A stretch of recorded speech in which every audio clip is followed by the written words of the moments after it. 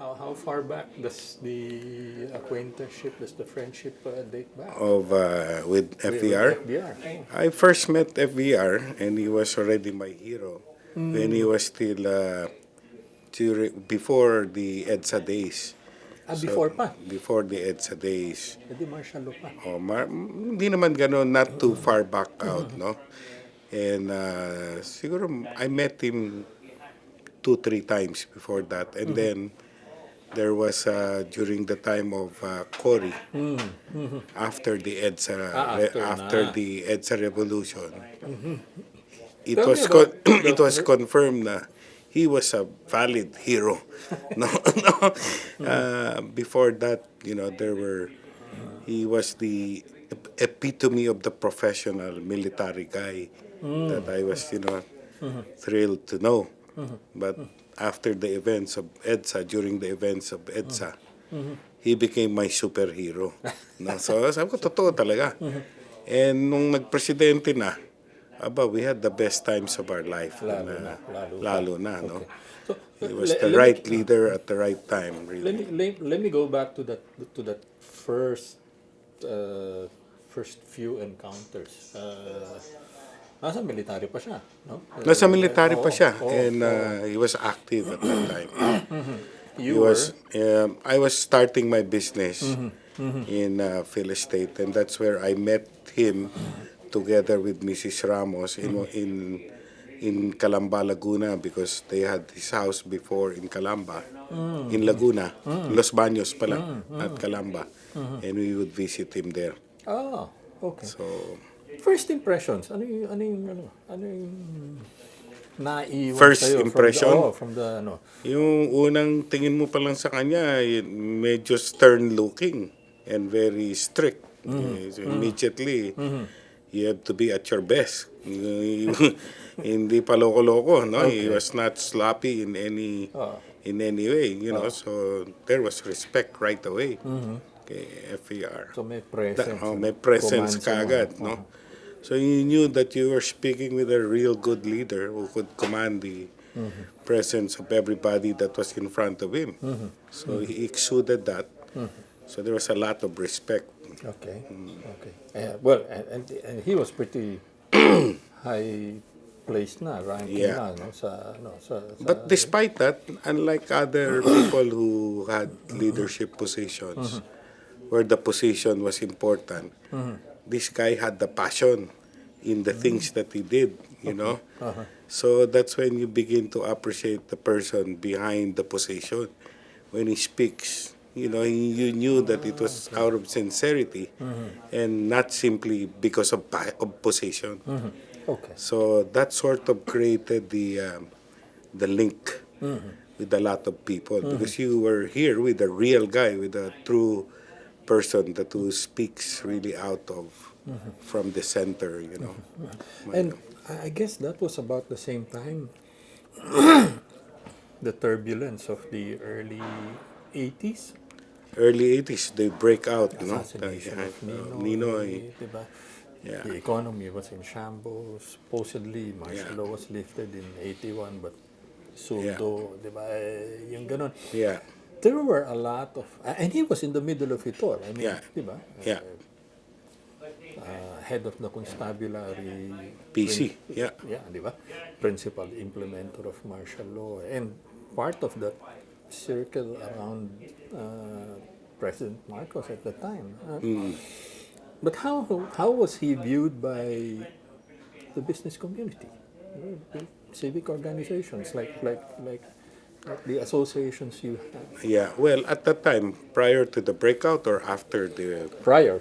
prior to that, he was viewed as a professional soldier who Okay. kept, his head above the politics of it all. And at that time, the country was already divided. So he was the natural leader, if you really look at it from that perspective. You needed someone who commanded respect without being tainted by color, no? Of course, you had a lot of people who was associated with the past administration, Yeah. who were tainted with a lot of things and shenanigans. Siya hindi. He was looked at as a professional soldier. kept his kept nose above above the his, no. yeah. So that was why parang hulog nga sa atin na he was there at the right time. People were asking him to people were asking him and calling out to him to resign, withdraw. I mean, see, if you remember, Letty Shahani from her post overseas came out with a statement that Sure. she was Yeah. she was withdrawing her support and that Yeah. she no longer believed in the government. She resigned her post. And they were asking him to do the same thing. Anong basa mo? Well, I think he did right, no? As events proved later on, that he was correct. Had he resigned, then we probably wouldn't have a more successful after effect, di ba? Kasi it would have polarized so much. It could have led to, at least it evolved eh. And it was at the right time. Tama-tama ang timing. I mean, it was like, it was scripted by the heavens. Pwede, It was, di ba? oh. But he did. He eventually Yeah, he withdrew broke- his he support. broke- he broke away. At the right time. And that at the right time. He broke away at the right time, So iba yun, ano? Iba yun. I mean, when he broke away at that time, he identified himself with the people that support the call of Cardinal Sin and all of that. The civilian support was there at the right time. It was not a military coup of sorts. Kung right at that time, my personal take on that is, had he resigned much earlier on, baka mas lalong nagkagulo. It would not have been as positive on the outcome of it as it has been, no? After that. So his influence was the clout he carried was critical, was crucial. Very much so. I think the clout and the respect of especially the middle class, the people who saw it all. I mean, the people who were really not just critical but really looking at it from both sides of the story. Nakita nila. I mean, this was not a power grab. This was a legitimate, time of the history of the nation where we could have defined our country where it should be going. And we had a legitimate leader. No, Respected, they are respected and all that. Carried that. Successful. No? Okay. But in the first place, you were expecting him to do that? Tama ba? O, kasi nga timing lang, Was it expected of him? At that time he was perceived to be, tawag dito, he perceived to be malalim. No, he was like he would not act impulsively, thoughtful, deliberate. So that was probably the respect why people hindi siya basta-basta nag-react It was always at the right time. Yeah. successful, EDSA People Power Revolution. Yeah. Shortly after her swearing in, Cory Aquino names him Yeah. Chief of Staff of the new Armed Forces of the Philippines. Yeah. Incidentally, were you among Part of- yes. the Yes. Yes. crowds? Yes, yes. I brought my wife to the EDSA, the EDSA rallies. We actually manned the Santolan Road when there was an attempt to break the ranks. We were there until the wee hours in the morning. Okay. And so for the 4 days, I and my wife was at that place. You guys were there. Yeah. Must have And also during the transfer from Aguinaldo to Crame. Yung Lipat niya. what they call the Salubungan. salubungan. Yeah. Okay. Yeah. He becomes chief of staff. Helps. Were there interactions? Or did you get to know him Yeah. already personally? Yes, of course. Yes, Okay. of course. I mean, Chief of Staff, I met him several times. Because of Mrs. Ramos naman, because they had some properties sila Mrs. Ramos and the faculty in UP in Los Baños. I was trying to, ask if we could develop that property together with the co-teachers of Mrs. Ramos. Oh. So that's why I would visit them again there. But other than that, there was nothing much more happening on the business side. Yun lang. And But then, of course, at that time, of course, we supported Cory, but we were always also thinking, after that, who's going to continue? there you go. And that's the time I became active with FVR, trying to, with Lakas Tao, Oh, okay. yung kanyang party, with the late Ambassador Verceles at that time. I knew Ambassador Verceles and what he was trying to do at that time, trying to get the nomination of the party, LDP, di ba, to be the standard bearer. Of LDP. LDP, but when nagkalokohan na, Kalaban niya si Speaker Mitra. kalaban niya si Mitra, nagkalokohan na, sila ni Ambassador Verceles put up Lakas Tao. That was the first party. But beforehand, Kamo, you were already... No, I was trying to, in the little time that I'd bump into him, I'd always tell him, sana boss kayong take over the position or run as president after Cory. So we wrote Cory also many letters when she was still choosing who's going to be the nominated candidate of the party. Or kung sino yung i-endorse. Sino endorse niya. So I wrote Cory several letters. Just from the sentiment of the public at that time, how we viewed him. And in support of FVR. in support of FVR, Okay. we felt that he was the right person, so that ang gulo-gulo nun eh.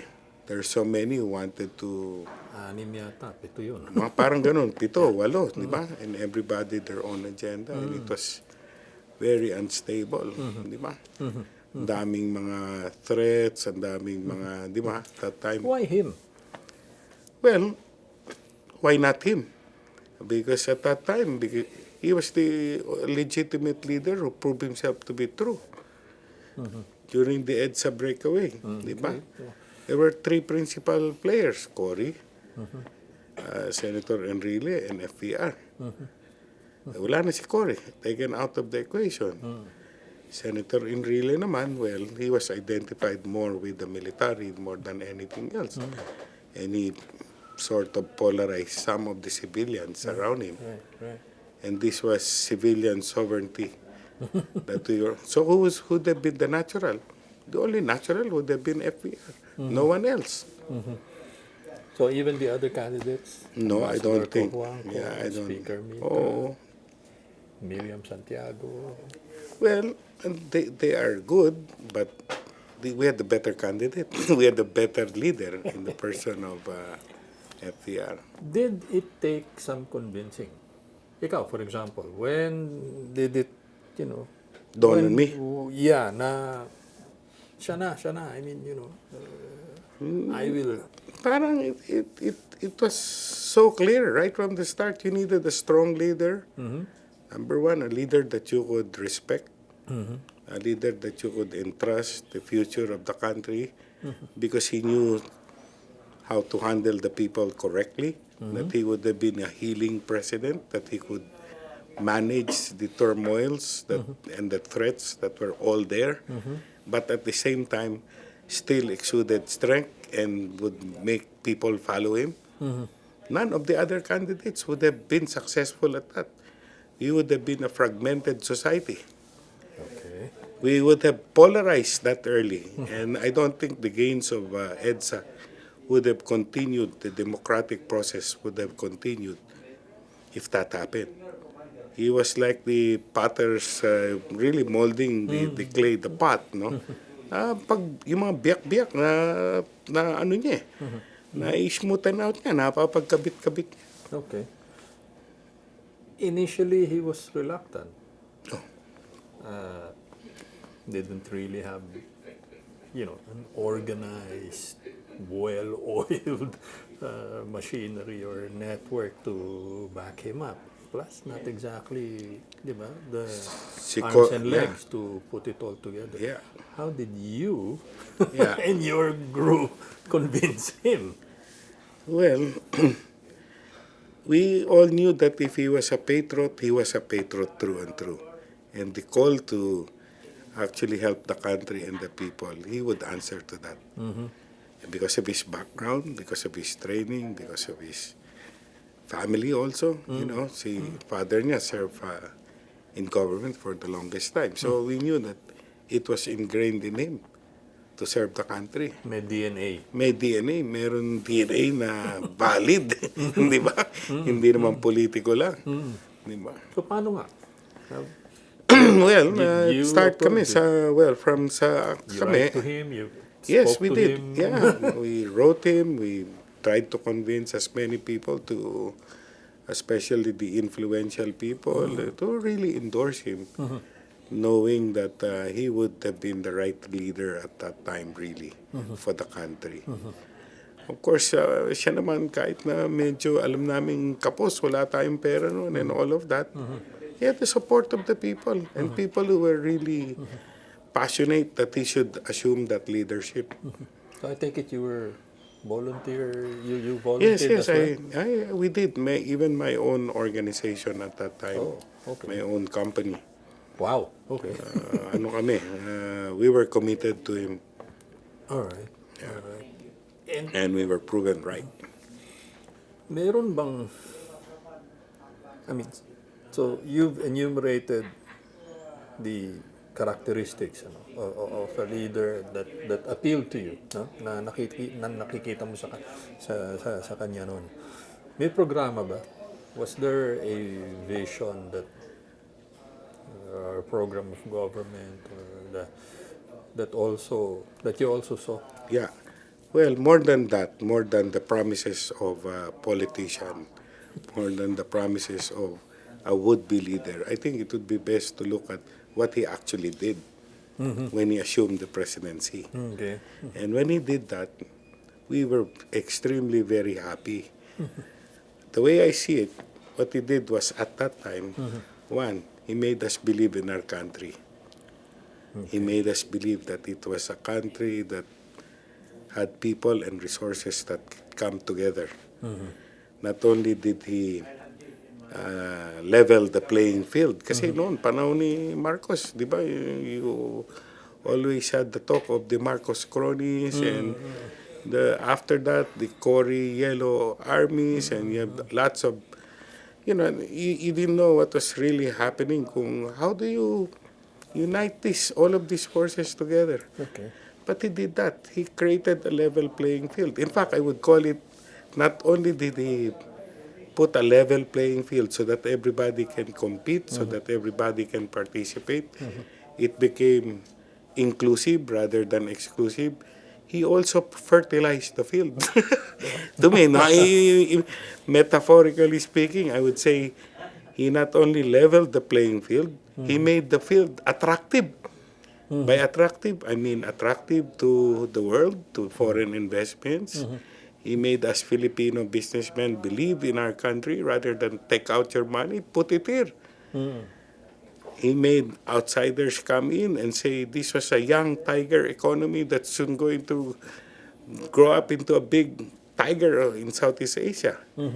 So, coupled with that, that was a very good starting point. And then, you did not hear of, I mean, you know, yung mga, and I hate to say it, but he strengthened the institutions rather than politicize yung mga kakampi niya. Ibig sabihin, instead of, it's so easy for a leader who is in power to start giving in favors here and there. But he made sure na hindi ganun ang perception ng gobyerno niya. He created strong institutions. He put people at the helm of these institutions that were well respected, which was in very dark contrast with the administration that came after him. Na ang pinaglalagay, panay political favors, wala namang background there, walang competence. More the Ginamit yung institution rather than yung institution ang pinalakas. Binalatan yung institution. So, di ba, sayang. Those are the things that, to me, provided a stark contrast between what he did and what the succeeding administration did. It showed that what he did was correct, and we had the right leader at that time. I guess you were already a very successful businessman at the time. Where were you guys? Where did Okay. you see you guys then Okay. when his administration started? 1981. Yeah. 81 ba? No. 92. Yeah, no, us. I started our company in 1981 with Right. two other partners. So it was during the Marcos years. We had to leave the country to actually market Philippine real estate to our kababayans. There was nobody, the local economy was flat. People weren't buying, people could not afford. So the prospects of expanding the business at that time from 1980, when we first started the business, to the next 10 years prior to his administration, masama, no? So there was no, the economy was flat to downright just failing. When he assumed office, baliktad. Things started to become rosy. We're a young company. 1981, the first 10 years to 92. How did the foreign how did the foreign community view the Philippines at the time? Well, after Cory, they had very high hopes, no? And Cory assumed the Western nation look at our country as the sick man of Asia coming back to health. Okay. Because it was welcoming the doctors coming in. Di ba? Okay. But then, after Cory, during the time of Cory, there were still problems. Yeah. Hindi niya mahawakan lahat, and daming kumakalaban sa kanya. He provided the stability. So when he came in, and it was already his show, it became even more apparent that the foreign investments should really consider coming in. Kami naman, as a company, we started inviting investors to come in. We started inviting technologies to come in. We had foreign partners that came in. In fact, during that time, because my business is in real estate, at that time we started the craze of golf course communities. Oh yeah. Di ba? The 1990s. That was during his time. We invited Jack Nicklaus, Arnold Palmer, all those big guys that came here and created a whole bunch of not only golf course but real estate communities that went together with them. Right. That was the boom years. You know? And there was a certain level of confidence that Yes. previously was not seen. Was not seen. Yes, very true. As I said, because it manifested itself in the leader. You know, the leader was, well respected, and you know that you would have a fair shake, that you won't lose your shirt, coming into the country, and that there was a young tiger going to be a tiger pretty soon. So why not? So you come in and you're very hopeful. Tell me your take as a business executive, the kind of will or the kind of passion someone needs. For example, to break one monopoly after another. You're good at Telecoms, Telecoms, yes. insurance, the Sure, finance sector, sure. diba? Yeah. Even real estate. Yes. So Yes. tell me. As I said, he created a level playing field. But first, not only a level playing field, he actually put fertilizer in the field to make the field attractive. But at the same time, he wanted to remove yung stranglehold of the big guys Okay. to actually monopolize it. So he old supported order. the old order. So what did he do? He started to move around the country, encouraging even the guys who were no longer interested to compete to actually compete here and say, kaya natin to. We should all be putting our money in. Don't worry, we will encourage you. And as a president at the time, he supported practically everybody. Yung magkakalaban sa negosyo, he supported each one and said, Negosyo lang yan. The market is big enough. You can grow even your business. He had a way of he had a way, particular skill of getting even some of the worst of Yeah. rivals, diba? I like I like that example you said, wala nang interest pero suddenly got Nababalik niya. up, I remember, madalas niya sabihin, you have only one ship. Isa lang ang bangka natin. Away-away pa tayo. You're busy na butas na nga yung bangka mo. Bubutasan mo pa ba? Lagyan na muna natin ng goals lahat because we have only one ship of nation and this is it. Let's love of country, I think, was one of the positive things that FVR was very successful in making us Filipinos. Ngayon, yung love of country, hindi mo masyadong nadidinig yan. When we would go outside and attend conferences, we were all proud. We were very proud kasi meron Team Philippines. Okay, I was going to ask you about that. Team Philippines was very strong sa ng tao, sa consciousness ng tao. It transcended even the local rivalries. When you start talking of Team Philippines, mahihiya ka naman siguro kung you don't recognize that, no? Di ba? So, somehow, kung maliit na diferensya, I remember that during my time when he was president, we opened the island of Boracay for development.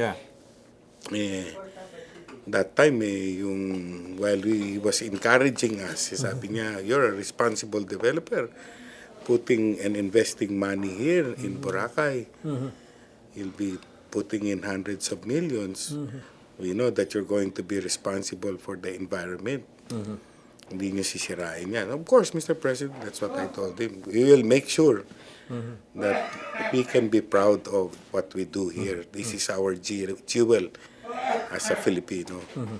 Pero biro mo, one of the government agencies, while we were doing that, came out with the report. Mataas daw ang coliform levels. Di ba? So, between the Department of Tourism and the Department of Environment and private sector developing something there, parang sasabog. Di ba? Magkakagulo. Pero very quietly, naayos niya. No? You know what he did? That's why I admire this guy. He went to Boracay at that time. Naligo dun sa tubig ng Boracay without saying a word. Without contradicting the DNR secretary at that time. If only to prove that. To prove this is clean at maayos ito. I mean, those malalim eh. You know, so it created, so may respeto ka dito sa atin. Pati yung even the people, rather than sumabog, then they understood.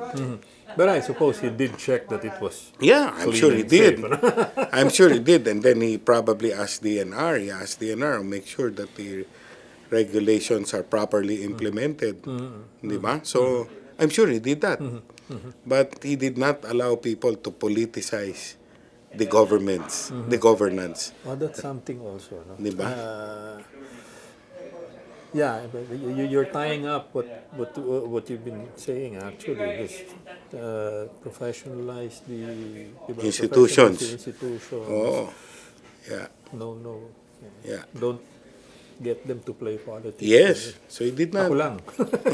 I know. Sabi niya, I know. Kasi ikaw ang figure dyan sa taas. You understand from where you're sitting, how the forest really looks like and how the ship is moving. Diba? I liken him to the captain who can see the horizon. Baka doon, nakipag-away ka din doon sa labas. Wala na. Sabog, di ba? Yeah. Mawala ng direction and focus. Yeah. He's a good leader. He had to use the best president. He is the best president for me. You mentioned it, Team Philippines. So I suppose you were part of.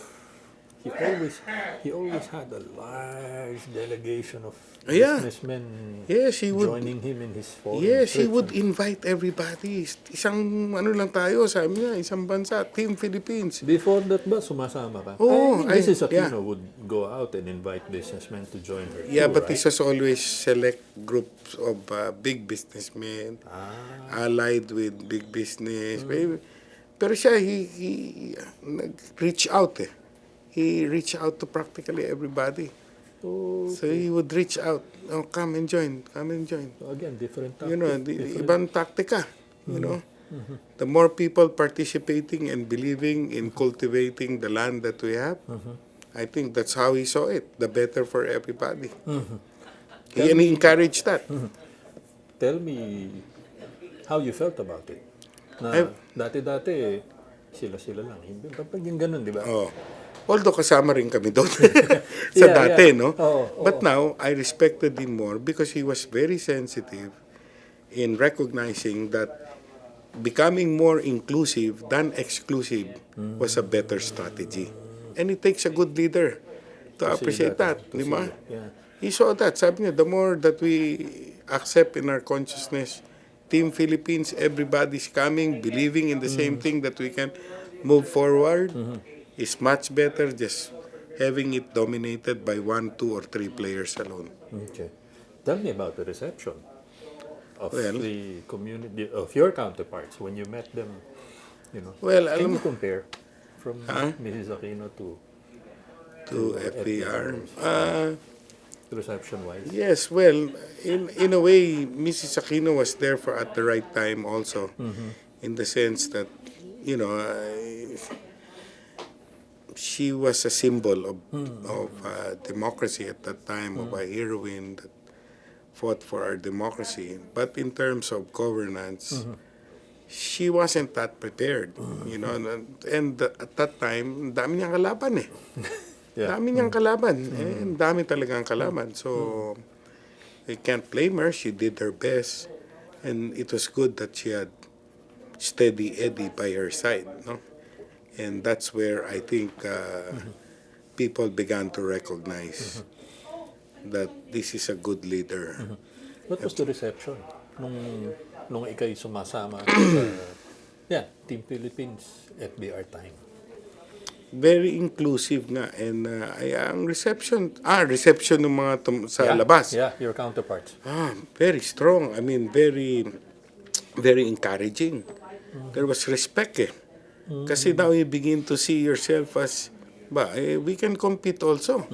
Di ba? We have a good president. We're headed in the right direction. We're saying, our government is saying the right things. And it's welcoming the same investments that we would want to bring in.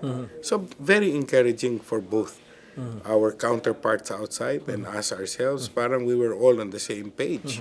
If I also remember from my time covering that period, he would sit you guys down di ba? Before we even, we your bring us to counterparts, different, Oh. punta kami sa Europe, punta kami sa China, punta kami kung saan. And then he would make the arrangement. Ikaw, nasa real estate ka. Sabi niya, ito, kailangan makilala mo to. You can invite them. You can talk to them about the projects. You'd match us with our counterparts. So to facilitate trade. Sabi niya, you know, you never know. Maaaring hindi ngayon, maybe tomorrow, maybe next week, maybe next year. But the linkages will play a very important role. You bring in the resources also from the other countries, and that will benefit your business Make the connections. plans. Make the connections. Magaling mag-networking to. Very good. And you could be proud with him. Diba? Hindi ka mapapaya eh. Oh. And he would, if I remember yung mga breakfast or luncheon meetings na, I mean, hindi pwedeng magkakasama kayong, di ba? Pinaghiwalay-walay niya. Pinaghihiwalay di ba? Yeah, pinaghihiwalay And that niya. forces you to, Then find out. Oh, yeah. And then find out. Hindi ka naman dyan lang. Network, No. diba? No. Diba? Hindi, meron pa akong I'd like to relate also as a leader. Napakasipag. Super ang sipag. Suko kami lahat. Okay. Sa stamina. I was going to ask you about the schedule actually. So tell me about that. The schedule. He would be the last to actually retire. Okay. And he would be early on the following morning. He'd try to beat you. Parang Superman eh. Hindi naman ito natutulog. Di ba? Where is he gaining all this strength? So, pati ikaw din, motivated ka ngayon. You have a strong leader like that. So, And this was a fellow, several years your senior. Yes. But we never saw him as that, na parang old and all that. No. Strong, Superman. He just parang tuloy-tuloy. So what was it like catching up with with that kind of schedule? Adrenaline rush. Parang naka-espresso coffee. Always. Parang naka-espresso all the time. Di ba? Another thing maybe, again, from a business executive's perspective, and you mentioned it, let me just get you to expand on it a bit more. His selection of people, I mean, di ba? You run an organization, you want to run a tight ship, make it efficient and responsive to the needs of the organization at the time. There wasn't really that much of a flashy celebrity type in his cabinet, and especially, but all of them were known experts in. He had a knack for picking the right people. He was a very competent leader because he picked competence too. People with integrity that knew how to do the job well and well committed to the job and nothing else.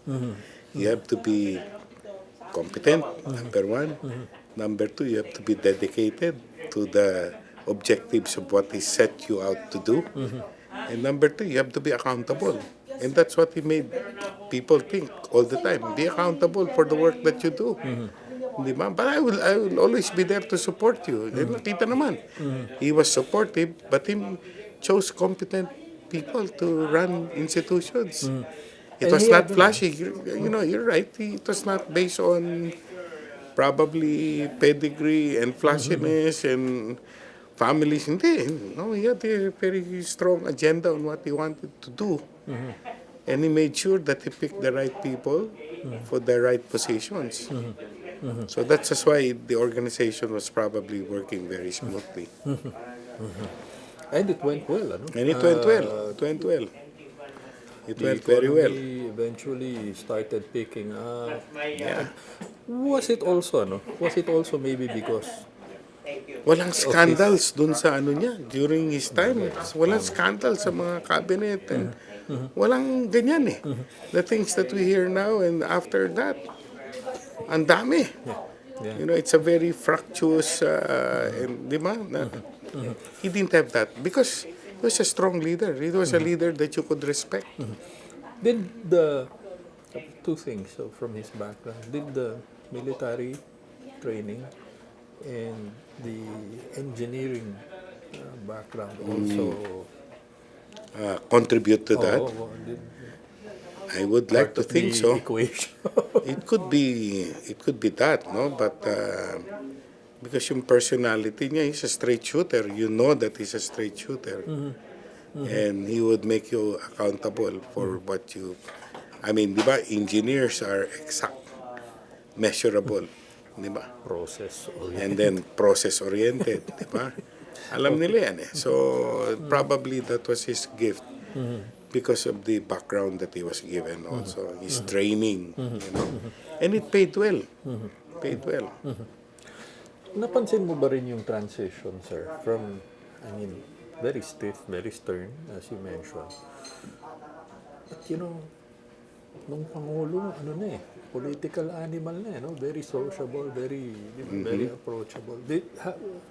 How did you see that transition? No, you never lose respect sa kanya. No, the sternness that I mentioned may have been really something that you don't really think ingrained sa kanya, but it's just that wherever he goes, he knew he was president, and yet he could still be a people of the masses. Kaya niya, lalakad lang yun, tatawagin niya kung sino-sino. Oo nga. Sino-sino tatawagin niya. I mean, but people respected him despite all these things na, making them feel comfortable. I think respect was there. Nagano ka ba? I mean, so you were doing business. Did you expect anything, in return for, volunteering, helping convince him to run, and being part of the volunteer group that made him win. I wanted a good country that, as the song goes, Yun eh. we could all be proud of, because if you do that, then alam mo naman, yung generations of Filipinos to come, you improve their lives as well. That also would have been my contribution. But he provided the fertile ground for this. And that's where I think, as a leader, his greatest contribution would have been making people participate. Once again, begin to love the country. A slogan of caring, sharing, and daring was always there, and he made it really as part of his action plan. Diba? Bump, if you remember. I mean, he had that emergency health thing, diba? That would have suddenly cut the gains. No? Did that worry you? A little bit, but I don't know. I mean, we didn't really think it that much. We knew that hindi naman. I would not like. We weren't really that concerned too much. Okay. And he did come out of it pretty good. Okay, yeah. Although for a while there we thought Joseph Estrada would come in Come in. earlier than expected. Now the other thing was, did he have enough time? No, definitely no. He have a 6-year term. Yeah, kulang eh. We were already on the threshold of where we would have made the big tiger move. Naputol eh. And at the same time, world events at that time, mas naging challenging pa. Parang internally, we were not up to it. Di ba? During the time of ERAP. Tapos, masyadong politicized. After 2 years, wala yung, parang baliktad eh. Masyadong napabilis yung gabi. Imbis na araw pa, na bumaba na yung araw. So, talagang he did not have enough time. There were attempts to do that actually charter allow change. him to, di ba? If you remember, People's Yeah, but- Initiative, Yes, Pirma. Oh. Did you Um, did you support yeah, actually, that? well, I supported that. But after na, this was during the time of Gloria as part of the CONCOM. Okay. Yung the Abueva Commission. I got appointed there. Pero hindi nung panahon ni Hindi nung panahon ni FVR. Okay. Not during his time, but that would have been good, but The suggestion as well was maybe he did not have very good succession planning because it's against the overwhelming popularity of the vice president at the time.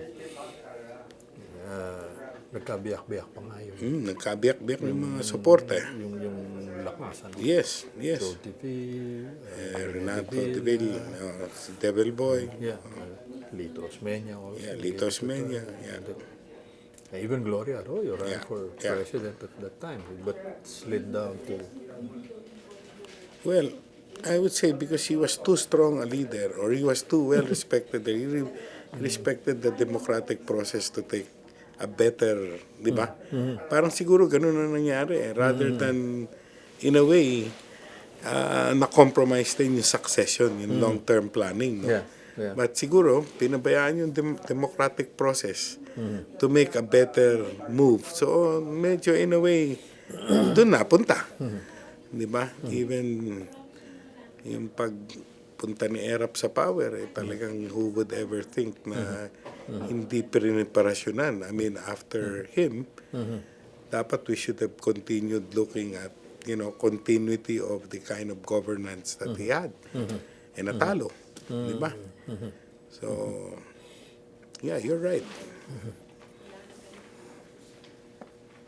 But I guess the legacy continues, for If you were going to talk about democratic icons, he would be one of them. Di ba? I mean, he respected the democratic processes. And he's a staunch defender of that. And he proved it in his own presidency. during his life. And even after that, he became Citizen Eddie, and he would still go around and say the same things as if he never left us. You know, even as a leader. I mean, supportahan natin yan. Isa lang presidente. We have a country. Isa lang ang ship of nation. This is our only ship. You cannot abandon it, no matter what. You've told us how we were shortly before and when he came in. What was the Philippines like when he, at the end of his watch, at the end of his term? Parang kanya-kanya. Parang at the end of his term, back to the politics again of factionalism, regionalism, yung taking advantage of a weak leader, a leader that had a poorly developed consciousness of how a leader should be acting. So balik ka na naman doon sa baselessness mo siguro. Hindi ba? Kasi during his time in Cory, parang na-uplift yung consciousness natin eh. Tapos nagbalik na naman tayo sa ganun. Dahil it all starts with the leader that you elect. Was he able to accomplish what he had originally set out to do? During his term, yes. He was able to accomplish that. And people really, I mean, for those of us in the business, we were hoping that somehow it would continue. Di ba? He laid the right foundations, he created the right atmosphere, and all we could have done was nurture it, na hindi natin sirain. And problema, the leader that we elected, the leader that took over, is giniba. Nung giniba, pinabayaan mag-iba. So, yun nga, I think, for me, it starts sa respeto muna dun sa leader. If us, as the citizens of the country, is able to look up to someone that says we have a bigger responsibility than our own personal self-interest, that's half of the game being won already. Yeah. How have you kept connected With FVR? Yeah, I always over the make. years? Yes, I will never miss that. Yung mga, whenever he has birthdays, Christmas, also the projects of RP Dev. Oh, you're always. Yeah, I believe in What's what it he's like? doing. What's it like when you see each other? Oh, I like long lost friends. Anong kwentuhan? Masarap makinig sa kanya eh. Marami siya ang pinakikwento namin. Dahil si FVR has plenty of stories to tell. Di ba? So, habang we savor the moments that we have with him. So, hinahayaan mong bumangka. Pinabayaan kong bumangka dahil masarap naman pagsasagwan niya. Okay. Is there any special moment, special memory that always reminds you of FVR. FVR? Well, one time we were in China and it was my birthday. So we were joining, November yun and we visited some parang conference or some sa Boao ata yun. Oh, okay.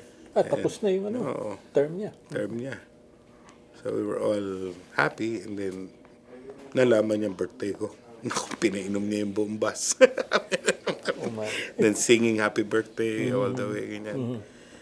And then we got back to the hotel. Sabi niya, hindi ba magko-congressman ka? Matuto ka nung, sabi niya sa akin, matuto ka nung to lead us in prayer.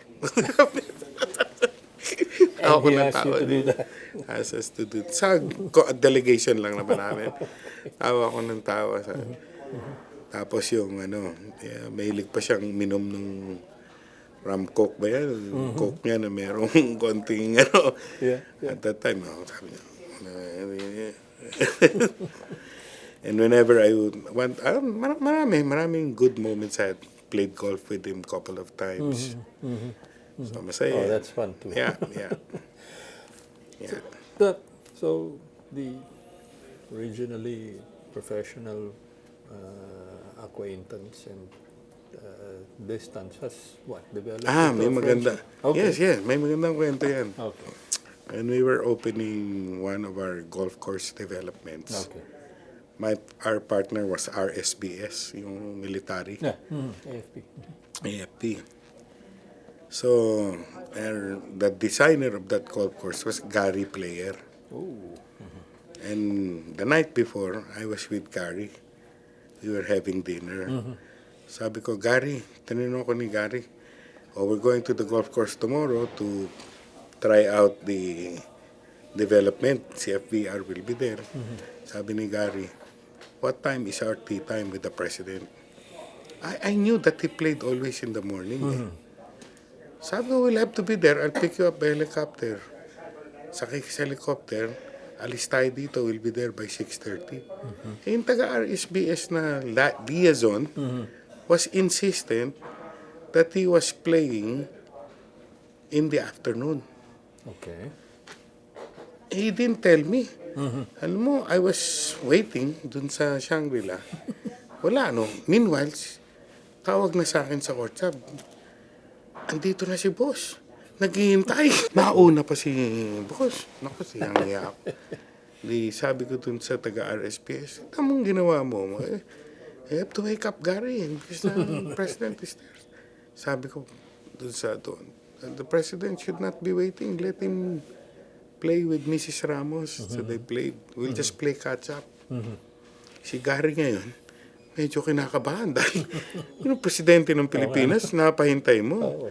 Eh sabi ko, don't worry, he's a nice guy. Abangan mo lang doon sa fourth hole. Ayun, inabangan niya doon. But ako, I was so embarrassed. Pati din si Gary Player. Pati, sabi niya, I'm sorry, Mr. President, there's a mix-up. Tingin sa akin niya, sabi niya, you know that I don't play in the afternoon. Sabi niya, I play in the morning. Yeah, right. And yeah, let me get to it.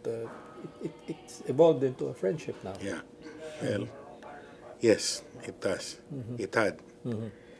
And, well, I feel that it was really a privilege knowing him and being close to him and just being there, seeing that here was a man that gave his all-out best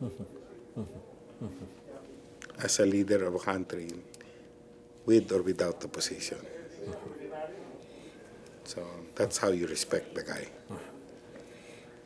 I'm going to end it there. Thank you very much. Thank you very much. Yeah.